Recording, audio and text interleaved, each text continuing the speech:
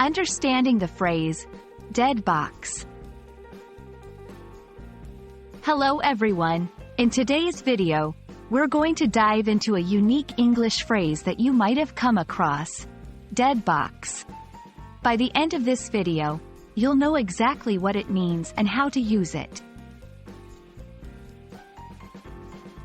Dead box is a two-word phrase. Let's look at them separately first. Dead typically means something that is no longer alive or not functioning. Box, a container that can hold objects.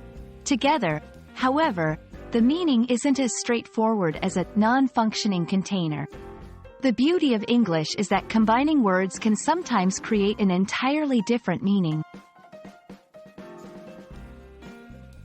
The phrase, dead box, isn't a commonly used phrase in day-to-day English.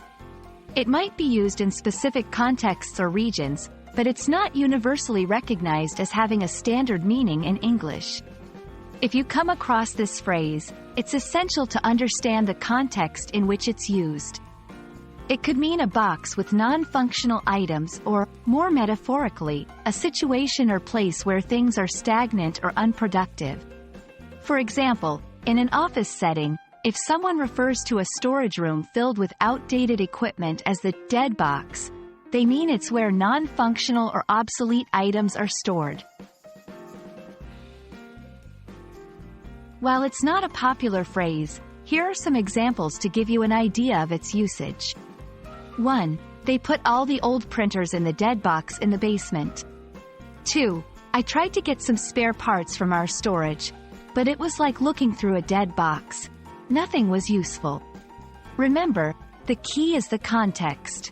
If you decide to use this phrase, ensure that the listener understands the reference or provide enough context.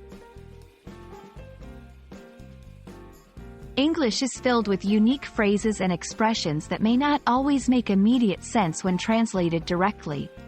Dead box is one such term.